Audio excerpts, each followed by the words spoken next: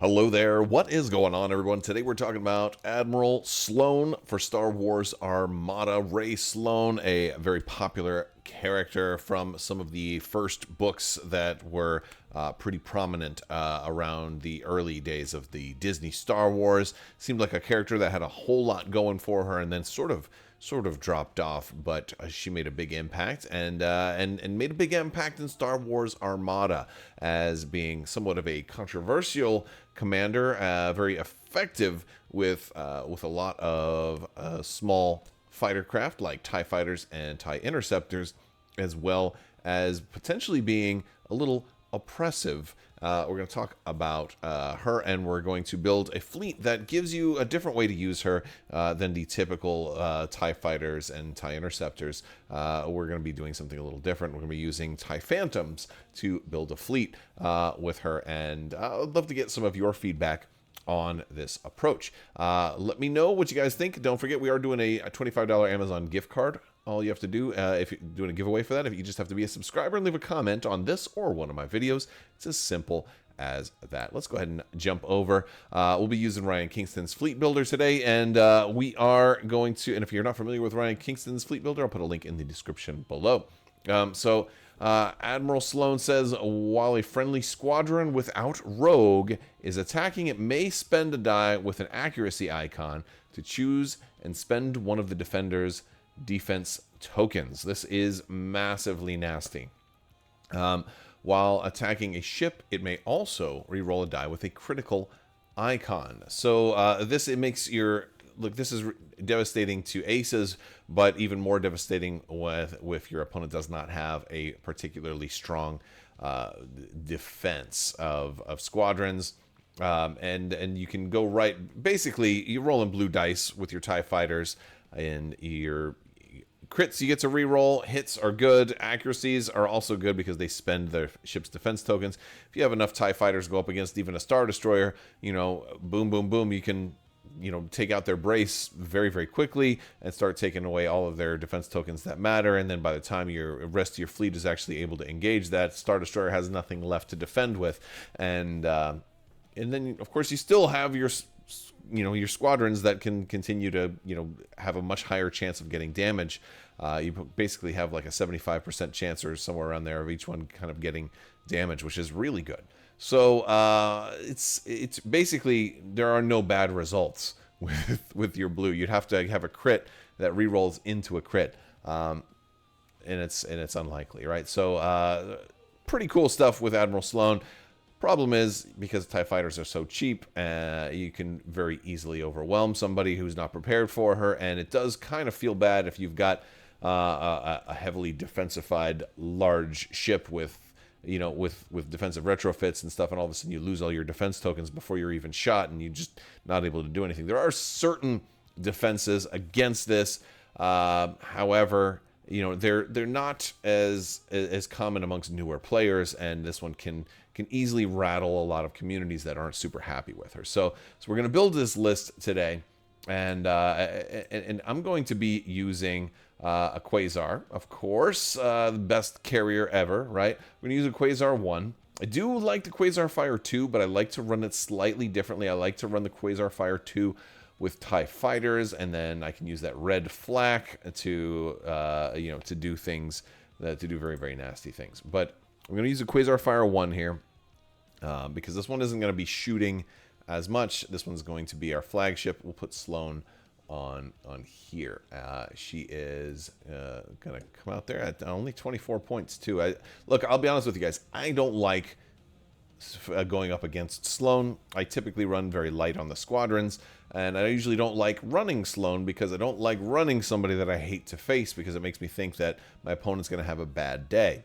And so this is what led to this list. And I wanted to do Phantoms with her, but I'm not going to go completely maxed on Phantoms, but I'm going to run some Phantoms. So with our four aces, we're going to run some different things, because a lot of Imperial builds like to run like Jendon and Merrick Steel and things like that, or Vader Defender and stuff like that. So we're going to sort by cloak here. We're going to run Whisper, because that fits the theme, and it's also a pretty cool scatter ace. we're going to also run some Phantoms. I'm going to run 4 Phantoms. So this does mean you'll have to have 5 Phantoms. Of course, if you have all of these, then you're great. If not, proxies and 3D prints and all that stuff is totally cool now too. But this is a cool, different kind of way to run Sloane, because now your Phantoms, look, they're already good against squadrons, right? They're already great. We got 4 blue already, and we're gonna put some other stuff on there. We're gonna get an extra blue when we're activating them, so that's a good thing. But 2 red against a ship that's not bomber, and we're not gonna have bomber command center in here, is a little bit rough. But we kind of add to our chances because accuracies will still be really useful. Criticals will still give us a reroll. We'll actually have slightly better chances. So again, this is a little bit of a chaos theory, right? We're kind of, and this is a theme you're going to see throughout this list, is it's going to be very dice dependent, which means it could be extremely successful or might not be, and hopefully it won't ruin your opponent's day. But that's the idea. We're going to do some different things. Also going to bring back an old school trick, right? So we're going to bring in somebody who I haven't run in a long time, but I used to run a lot in the earlier days of Armada, and we're going to bring in Suntir Fel. He certainly works because of the fact that he's an interceptor, and we've got counter, and counter is really good.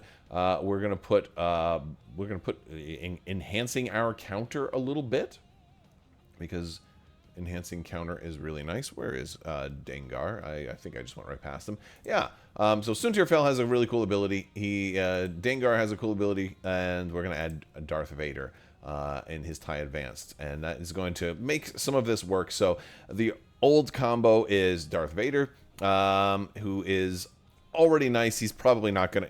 He doesn't combo as well with Sloane because his crits are fine, but Suntir Fel is what works here, right? So after a squadron you're engaged with performs a non-counter attack, it suffers a damage if it did not attack you. Vader having escort means that whoever attacks, basically Suntir Fel does an extra damage to them, and then Dengar gives Vader a counter 1, which is good on Vader because now all of his damage, even if he rolls a crit with coming back, that is also still good. Also, if it's an ace attacking and Vader happens to roll an accuracy, we still have all of that good stuff. So it's a pretty cool combo. We've got a little bit of things going on here. It's again, a lot of different stuff. Again, we're not laser focused into the maxing TIE fighters in this one for Sloane to be 100% effective. Trying something different. And honestly, this is something I've wanted to run for a long time. And so it's cool to finally have that, the time to sit down and dig out all of these fun, goofy lists. So what are we going to have on the flagship? Because this is going to be an interesting list. It's going to have a lot of activations. We're not going with a Star Destroyer in this one, which is always risky. Always risky. We are going to put flight controllers on here because extra blue dice when attacking. Absolutely. There's so many really good things here that we can just do a lot of extra damage. So love that. Love the fact that flight controllers is there. We'll do boosted comms so we can keep this Quasar a little bit safe, and we'll give it pursuant in case we do get sliced and we still need to do a token for squadron. So that's all we're gonna do. We have extra upgrade slots. We're not gonna use all of them, but this is still a pretty solid carrier. We're still with a brace and 6 hull. Hopefully it will survive, and we'll be doing good there. We're gonna pad activations a little bit with 2 Gazantis. We're not gonna give them any upgrades though, because we're spending our points elsewhere. We're trying to really squeeze the most we can out of this list, or I'm trying to squeeze the most I can out of this list. Now I think you could consider dropping some things. Like you could maybe drop boosted comms and give each one of these guys like CommsNet or something like that. There's definitely ways, there's some wiggle room in this list. We are going to add an Architans light cruiser. I love the Architans. It gives us some extra firepower. Look, this is one of the things we need, right? Like if I do get all of your defense tokens down, I need some ships that can shoot. And this one is, again, I talked about how this list we're going to have a little bit of chaos and a little bit, relying on dice, because we don't have a whole lot of dice mitigation in here. But I'm going to put quad battery turrets in there because, I'm going to try and fly it slow. Let the squadrons do the work first. Hopefully you're going to try to push through the squadrons and break through to my fleet. And maybe I can get you going a little faster than me. I get extra dice on each attack. And hopefully they'll land well enough. So that's the idea there. I've got, you know, it's fun. And, you know, again, it fits the theme of I hope the Phantoms roll double reds. I hope the Architans doesn't roll a whole bunch of blanks because I don't have dice mitigation here. We have just enough points left to add basically our Grand Slam play here, and that's going to be a Gladiator Demolisher. We have just enough to give this guy kind of a bare bones Demolisher build. We're not going to be able to give him everything he needs, but we're going to give him a lot of what he needs. I'm going to give him Assault Proton Torpedoes, the Demolisher title, and we're also going to give him the ever popular Ordnance Experts. There are other things I'd love to put on him, but we're at 400 points. We're at 400 points into this list right now. So again, it's a 5 activation list with 8 squadrons. It's a very interesting, kind of all over the place list. Should work against a lot of different types of builds. Even the Gazantes can shoot. They're really there just as activation padding and potentially objective hunters, because for our objectives, we're going to go with Most Wanted, which is always good when you have a naked Gazante. Most Wanted is a good one for that. For our yellow, I'm going to go with Capture the VIP. Look, this one is great for this particular list. I've got lots of high-value targets. People are going to want to kill my flagship, of course. They're going to want to kill Demolisher. And to a lesser extent, they're going to want to kill that Architans. But if I can fly a Gazante away, then suddenly they now have a 4th high-priority target of going after that Gazante. So that's a great one. And then for our blue, I'm going to put in superior positions. There's probably some better ones in there, but the reason I want to do superior positions is because it tends to be, I tend to run Solar Corona a lot because I usually go low on squadrons. But with superior positions, it's better for high squadrons. People a lot of times pick my blue objective out of fear of the other two, and superior positions is going to potentially give me a lot of points based on for all the squadron stuff, all the squadron shenanigans that we've got going on. I feel like Cloak will work well with that too, because it'll allow me to position into a place where I can potentially hit the rear of ships. And with 8 squadrons and only 4 squadron here, my other Gazantes are also squadron activators. This way my Architans and my Gladiator do not have to activate squadrons at all. They don't have to worry about that, although they can potentially if you end up picking like Capture the VIP and I end up flying a Gazante away. I still have those kind of options. So and then there's always the idea of just taking a token on every ship on the first round and then having some extra flexibility for later on. So that is the list. Let me know what you guys think. You can also join our Discord and talk about some of your interesting lists. Do you think this one is going to completely fail without like a Star Destroyer or a big tanky flagship to keep it in the game? Or do you think we're spread out enough? Do we have enough ship-to-ship firepower once those shields come down? Is Darth Vader going to be able to really punch into an enemy ship if we're able to clear out all the squadrons? And how effective do you think the Phantoms are going to be with Sloane? I'd love to hear what you guys think.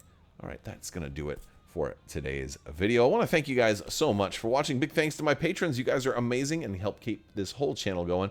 I will talk to you later. May the Force be with you. Live long and prosper. Be excellent to each other. So say we all. Party on, dudes, and always wash your socks.